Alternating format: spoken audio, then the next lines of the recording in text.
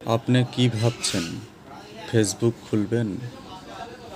ধর্মপথে থেকে ফেসবুক খুলবেন, ইউটিউব খুলবেন, টিকটক করবেন, ইনস্টাগ্রাম করবেন, তা করতেই পারেন। কিন্তু আপনি তো স্থির থাকতে পারবেন না।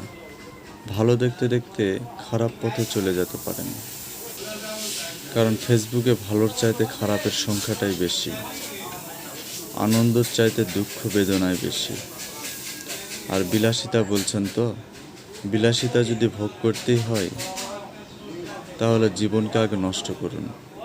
জীবন নষ্ট করে নষ্ট জিনিস দেখুন।